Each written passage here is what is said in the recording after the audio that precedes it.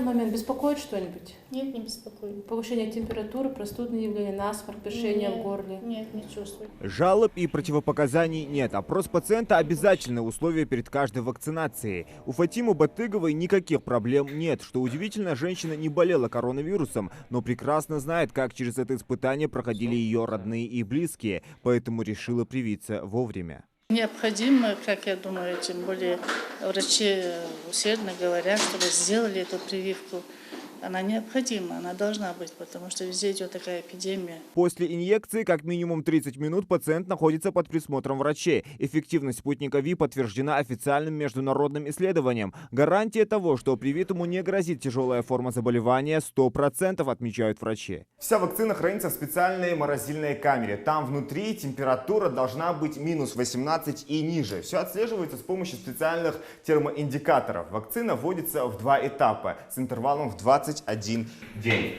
Человек получает так называемый компонент 1 и компонент 2. Перед приходом пациента, который решил поставить прививку от коронавируса, медики за 30 минут размораживают пробирку со спутником ВИ. Что самое интересное, замораживать обратно ее больше нельзя. Лилия Плиева одна из тех, кто в зоне риска. Скоро женщине 60. И она прекрасно понимает, что нужно вовремя обезопасить свое здоровье. Поначалу боялась, но потом поняла, это совсем не больно. Абсолютно не больно. В принципе, можно осознать, что если игла проходит, значит где-то какая-то боль будет.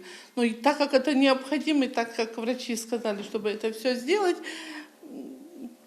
так как и возраст, как это, под 60 позволяет все это, и нужно, наверное, это, поэтому я и решилась. На своем примере, насколько вакцина безобидна и эффективно, показала Фатима Кукурхаева. Главврач Сунжинской ЦРБ в первый же день после старта масштабной прививочной кампании по стране в середине января решила поставить инъекцию. Говорит, чувствует себя отлично. Лично я, которая сделала эту прививку, перенесла без всяких осложнений. Мы сделали и первый этап, и второй этап. Со мной были и мои коллеги, и наши жители. Несколько человек в один день мы делали. Все прошло нормально. Поэтому я могу смело и уверенно призывать население на вакцинацию. Никаких осложнений я тоже не...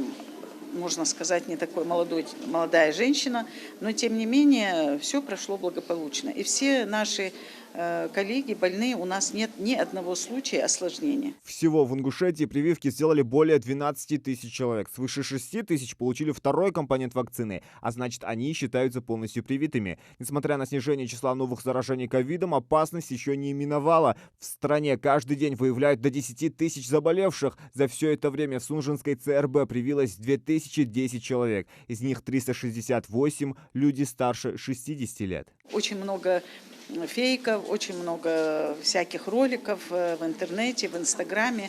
Все-таки люди побаиваются этого. Но я не думаю, что этому нужно верить, потому что в основном вырабатываются антитела, есть защита от этой инфекции, а другого от этой инфекции средств нет.